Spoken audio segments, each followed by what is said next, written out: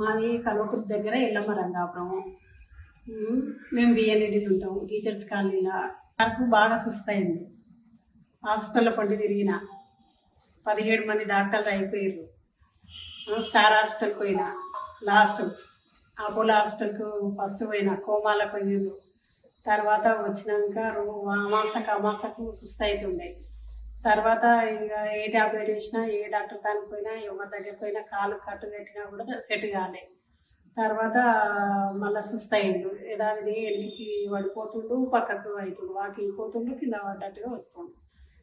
అక్కడి నుంచి వచ్చినాక నేను మా ఫ్రెండ్ వాళ్ళ ఇంటికి పోయితే మా వాచ్మెన్ నుండి సారు మళ్ళీ సోడియం పడిపోయిందమ్మా అని చెప్పగానే ఆడవేగాల మీద వచ్చేసిన ఇంటికి. వచ్చి ఏంద్రా దేవుడా మళ్ళీ ఇట్లా అని మళ్ళీ స్టార్ హాస్పిటల్కి పోయి అన్ని టెస్టులు చేయించిన. అన్ని టెస్టులు చేపిస్తే నెల్లు వచ్చింది. నెల్లు వచ్చినాక ఏంది ఏం లేదు బాడీలో, ఎందుకు ఇట్లా అవుతుంది అని మళ్ళీ ఆలోచన పడి ఏకాదశి గురు పౌర్ణమి వస్తే ఏ దేవుడు లేడు, దయ్యం లేదు, ఎక్కడ యాత్రలు లేవు అని బాధపడుకుంటా ఫోన్ పట్టుకొని చూసుకుంటా యూట్యూబ్లో చూసుకుంటున్నాం. అప్పుడు నక్షత్ర జ్యోతిషాలయం కనిపించింది. కనిపిస్తే దాన్ని చూసి ఎమ్మటే ఫోన్ చేసి ఫోన్ లిఫ్ట్ చేసిండు. చేసి ర్యాండమ్మా అన్నాడు. అంటే 2 రోజులైనా కూడా మాకు టైం దొరకలేదు, టైం మాకు రాలేదు, ఇంకా మంచి రోజు అనేది రాలేదు.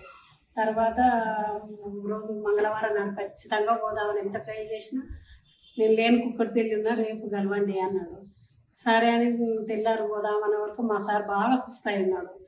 ఒక్కటే కోమాలకు పోయేటట్టు మత్తుగా అయిపోతుంది. ఇంకా బాగా తట్టుకోలేక మా పక్కన మరిది ఉంటారు, ఆ మరిదిని తీసుకొని మీ దగ్గరికి నక్షత్ర జ్యోతిషాలయం కాడికి కొత్తపేట అష్టలక్ష్మి గుడి దగ్గరికి వచ్చి కలిసినాక ఆ రోజు నెగిటివ్ ఉన్నది ఏంది అనేది చూసినాక ఆ రోజు సాయంత్రం ఇంటికి వచ్చి నెగిటివ్ ఉందమ్మా అన్నాడు.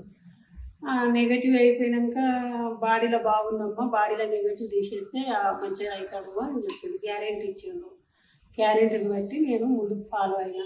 ఏళ్ళకు రింగులు కూడా పెట్టుకుంటే యాక్టివ్ అవుతాడని చెప్తే ఏళ్ళకు రింగులు కూడా పెట్టుకున్నాక పర్వాలేదు, మంచిగానే నిద్రపోతుండు, మంచిగానే ఉంటుండు.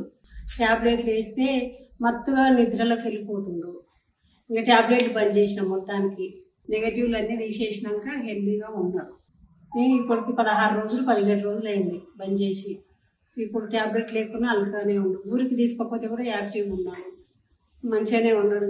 అందరూ మంచిగానే అయ్యాడు, వంగుతలేడు అని చెప్పారు. ఇంకా అదే సంతోషం నాకు. ఎంత డబ్బు ఖర్చు అయినా సరే కానీ ఆయన మంచిగా ఉండాలి అనేది కోరుకున్నాను. అది సంగతి.